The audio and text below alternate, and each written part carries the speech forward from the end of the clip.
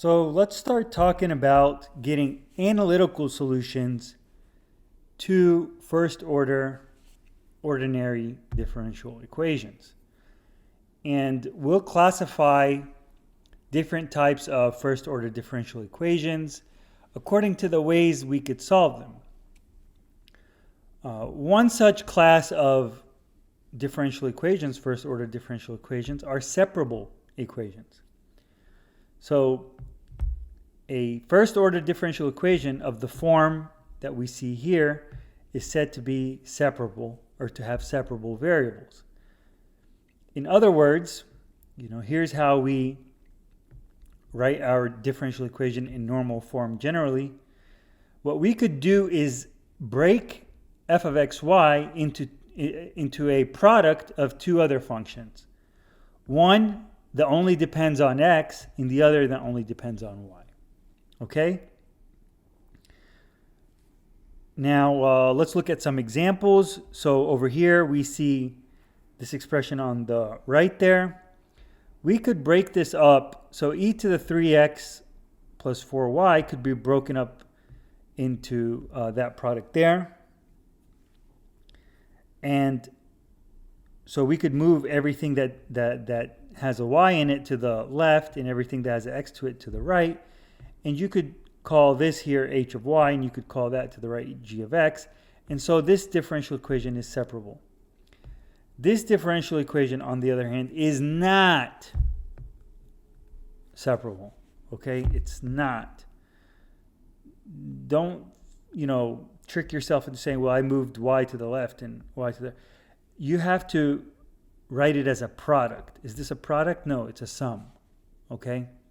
So you couldn't somehow factor this into something that only depends on y and something that only depends on x. You couldn't get that product this way. This is just a sum. So this is not separable. And in general, if you see an expression, it's not always immediately clear that it's not separable. You might have to kind of try a few things to factor out terms and see if you could get it into a product of an expression that only depends on y with an expression that only depends on x. Okay?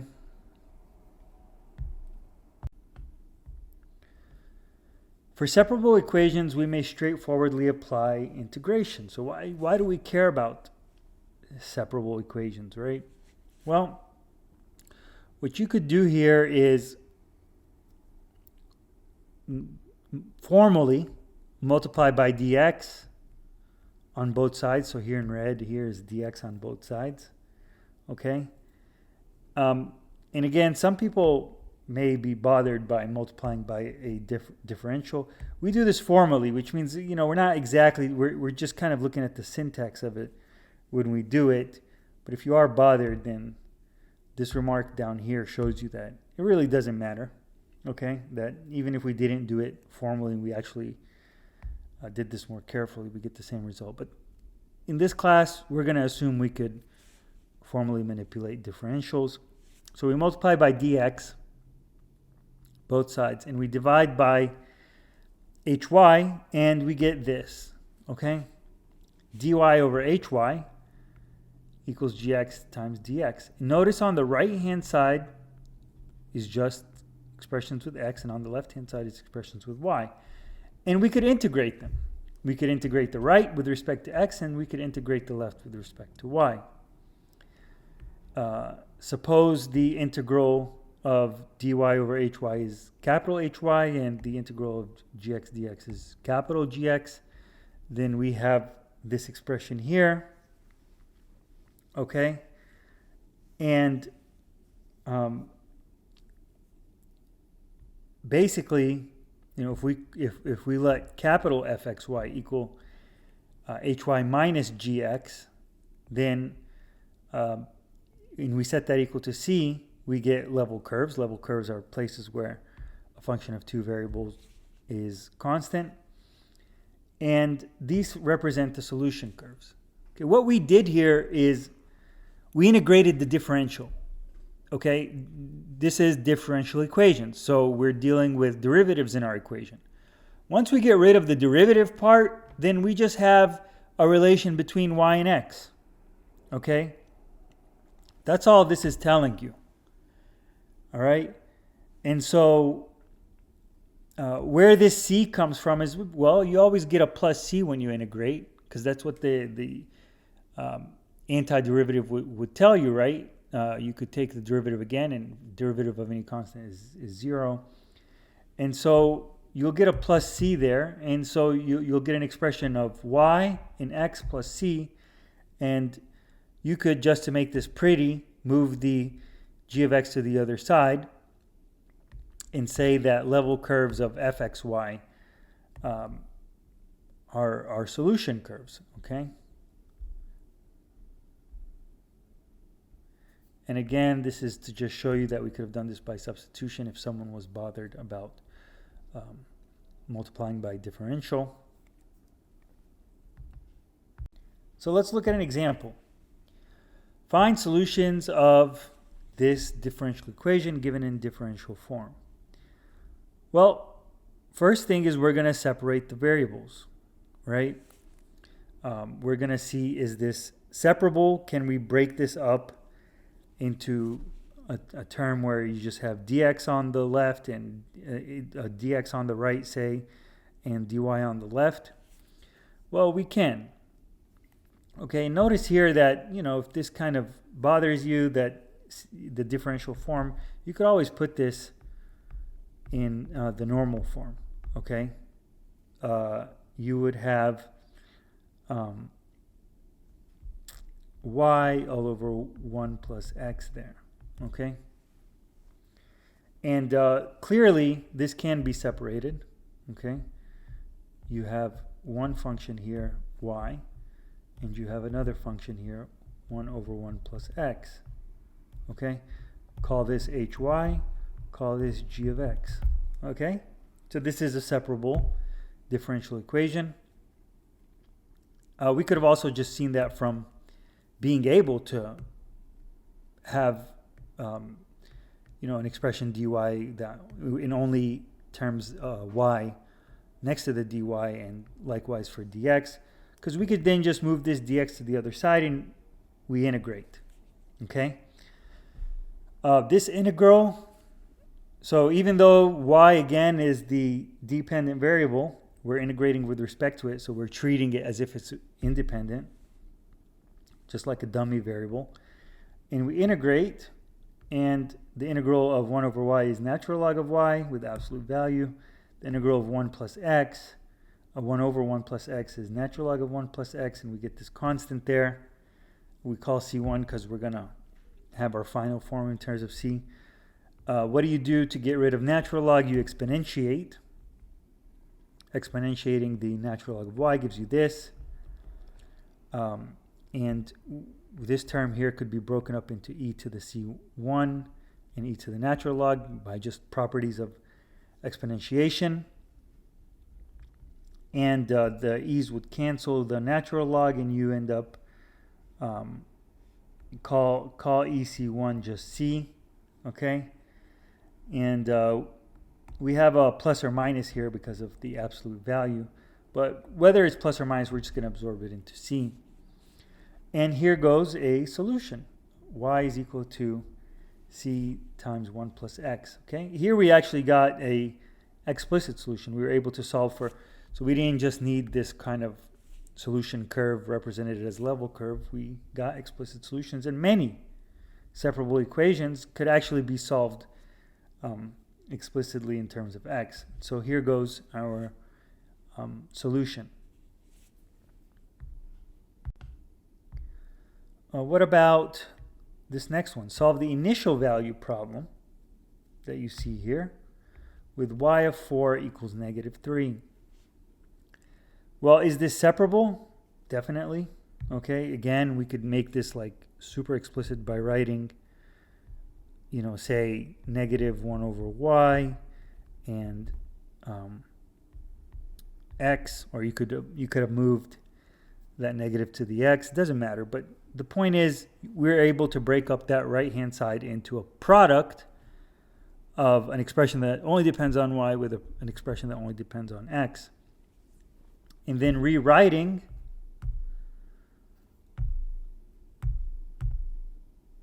we get this here. We integrate. What's the integral of y with respect to y? It's 1/2 y squared.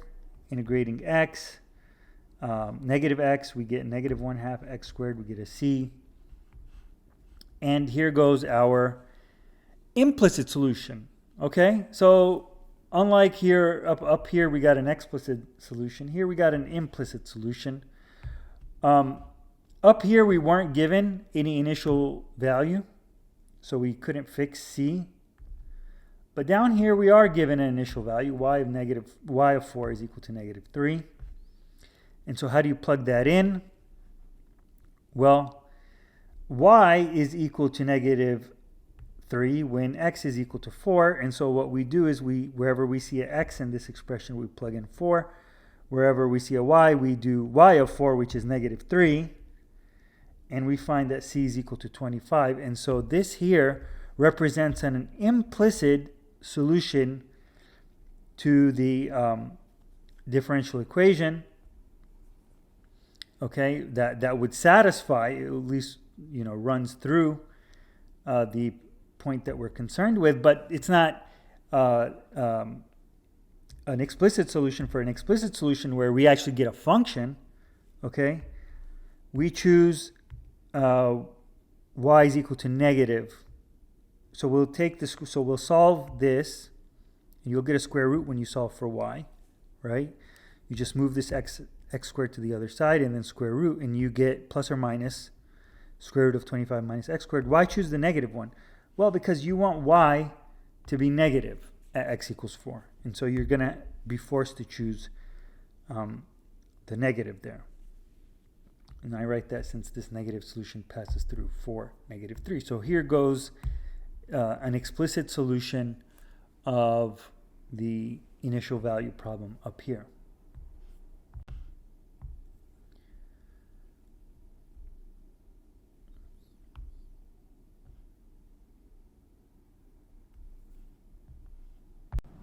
All right, so let's take a look at another example. So here we have the initial value problem. Dy dx is equal to 1 plus y squared. And is this separable? Don't be fooled by the lack of an x there. It is actually separable. We can see this by writing 1 plus y squared times 1. Here goes our h of y. Here goes our g of x. Okay? Now, if you only had an expression with x on the right-hand side, that's still separable. Okay? You just identify 1 with h of y in that case. So don't be fooled by a lack of one of the variables being present. All right, well, we run through the standard procedure. Once we know that it's separable, we move 1 plus y squared to the other side. So we'll get a dy. So we'll divide by 1 plus y squared. We get a dy of 1 plus y squared. We multiply by dx. There would be a 1 here. And so we get dx. We integrate. And we get arctan y is equal to x plus c. We fix c by using the initial value, the initial conditions. And so we have y of 0 equals 0. So for y, we plug in 0. For x, we plug in 0. And we find that c equals 0. Now we got to be a little bit careful. You know, we end up with this expression here, arctan y equals x. And we got to be a little bit careful because we can, you know, you might think, well, let me just apply tangent on both sides. But, you know, with trigonometric functions, it's a little tricky. Okay, you don't get that because they have a interval of definition where they're defined. And so you got to be a little bit careful. What do we know? We know that the solution curve runs through 0, 0. So this is our solution curve. It's this one here. Okay. So tangent has a periodicity of pi. And so this repeats. The pattern repeats. Okay, if we were told our initial condition was y of pi equals 0, for example, then we would have that y is equal to tan x minus pi. And our interval definition would be from pi over 2 to 3 pi over 2. So be careful with that. But nevertheless, we're running through y of 0 equal to 0. And so here's our solution curve. And y equals tan x is our solution.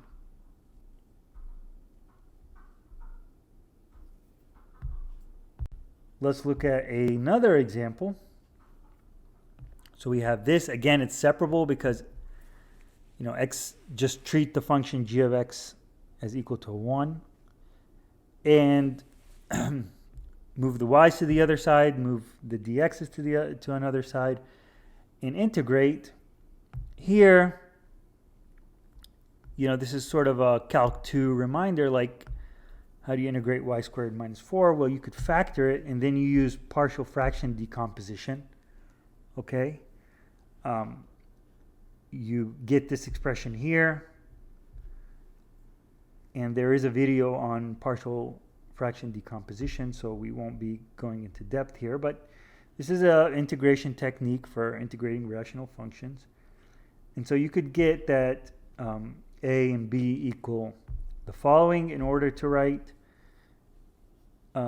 this expression, to write this rational function through this expression. And so we could rewrite dy over y squared minus 4 as that difference there.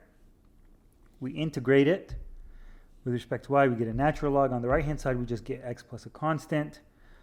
Rules for logarithms. So we move the 4 to the other side, and we get these rules for logarithms we can combine as a quotient, a difference in logs. And we exponentiate, and we solve, and we get this, okay? I make the remark here that this family does not give all solutions since we divided by 0, okay? So always, again, something you got to be cognizant of is when you want to move the other variables to the other side, you could be missing out on solutions. So here, when y equals 2 or negative 2, this would be 0, and we can't divide by 0. So by assuming that it's non-zero and dividing, we could end up ignoring solutions, okay, not representing them in a family, but we do get a one parameter family here. So when y squared minus 4 equals 0, we get we could factor, and we get that y equals 2 or y equals negative 2, and we could check that they would indeed solve the differential equation. And indeed, y equals 2 would give you 4 squared minus 4, so you get 0 on the right-hand side. What's the derivative of 2 with respect to x? 0, so you get 0 on the left-hand side and the right-hand side. Likewise for negative 2. But notice y equals 2 could actually be represented with this family, so it's part of that family. You just choose c equals 0, and you do get that. Y equals negative 2 can't be represented by this one parameter family and is a singular solution. So that's just reviewing the above. And so we found this one parameter family, which includes y equals 2, and we found another solution, y equals negative 2, which is a singular solution.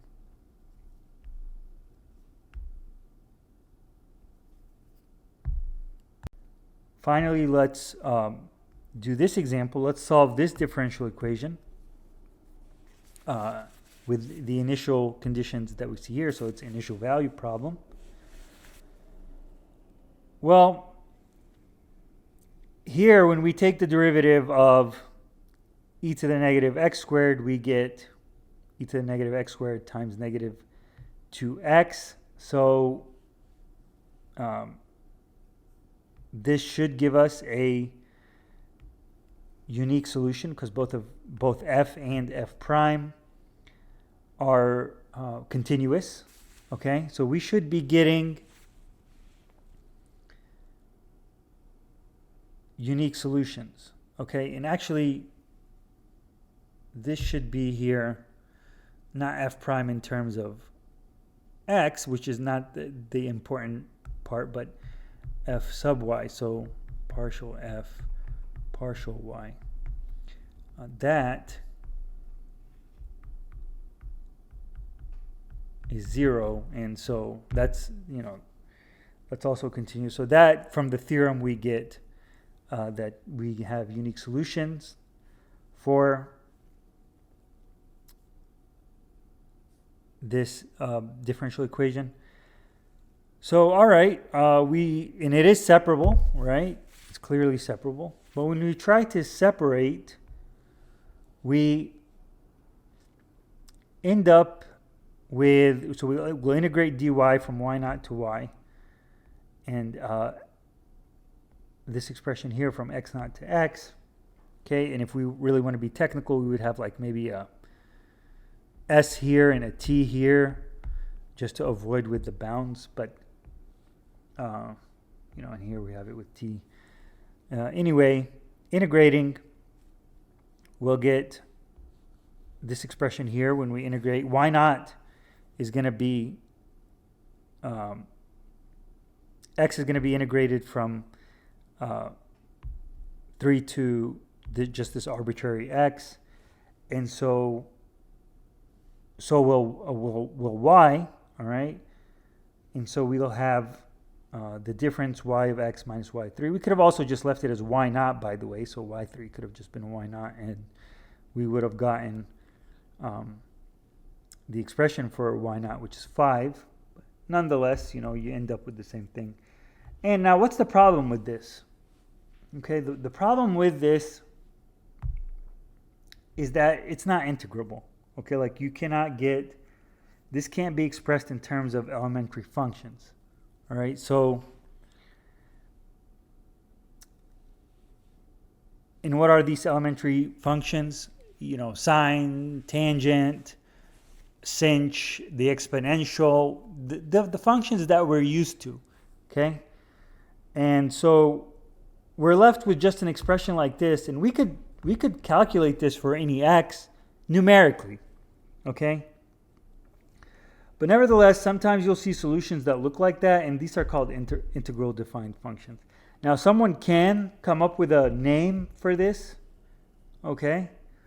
But they'd have to convince the rest of the world to use that name. So we've only given names to important functions, and the elementary functions, they show up in mathematics over and over again, and so we gave them names. But this we're just going to leave as an integral, and so it's an integral defined function.